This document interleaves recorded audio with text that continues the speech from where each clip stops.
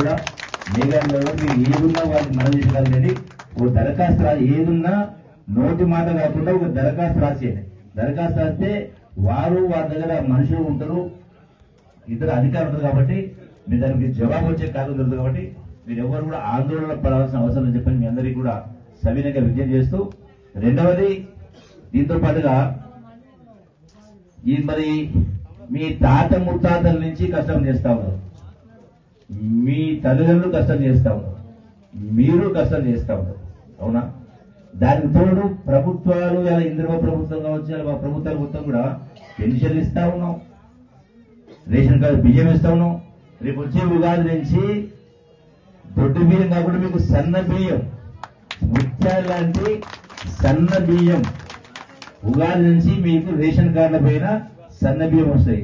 మీరు లావు బియ్యం అనే 6 రూపాయలకి 5 రూపాయలకే ఆ డీలర్కి అమ్ముకుంటారు, వదిలేస్తా ఉన్నారు. వాళ్ళు పేట దండాలు చేస్తా ఉన్నారు. అందుకే దానికి అవకాశం లేకుండా సన్న బియ్యం ఇచ్చేట్టు ఏర్పాటు చేస్తాము. మీ బిడ్డలకు హాస్టల్లో చదివే వాళ్లకు అంతకుముందు నెలకు 100 రూపాయలు పెంచి 150 రూపాయలు ఇచ్చి ఏర్పాటు చేస్తాం. అంటే మంచి భోజనం పెట్టాలి. ఇన్ని పనులు చేస్తా ఉన్నాం. మరి అయినా కూడా ప్రభుత్వం చేస్తా ఉంది, మీరు కష్టం చేస్తా ఉన్నారు. అయినా కూడా మళ్ళీ అందరూ అప్పుల పాలే ఉన్నారు. అవునా? అవునా? అంటే మీకు వచ్చే ఆదాయంలో మీరు ఎక్కువ ఖర్చు పెట్టి తినడానికి తక్కువ ఖర్చు అవుతుంది.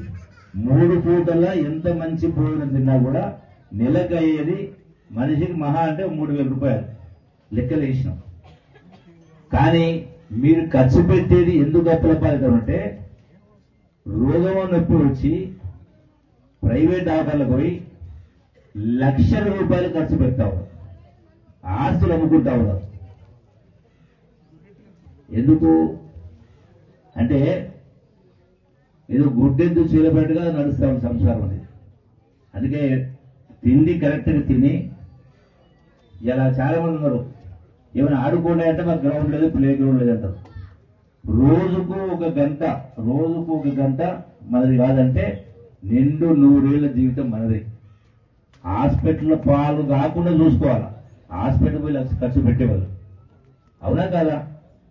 అట్లాగే మీ పిల్లల చదువుల కోసం కూడా మీరు లక్షల రూపాయలు బయట ఖర్చు పెడతా ఉన్నారు. నేను చూడకుండా లెక్క చెప్తా, మీ ఊళ్ళో ఉన్న స్కూల్లో కూడా తక్కువ మంది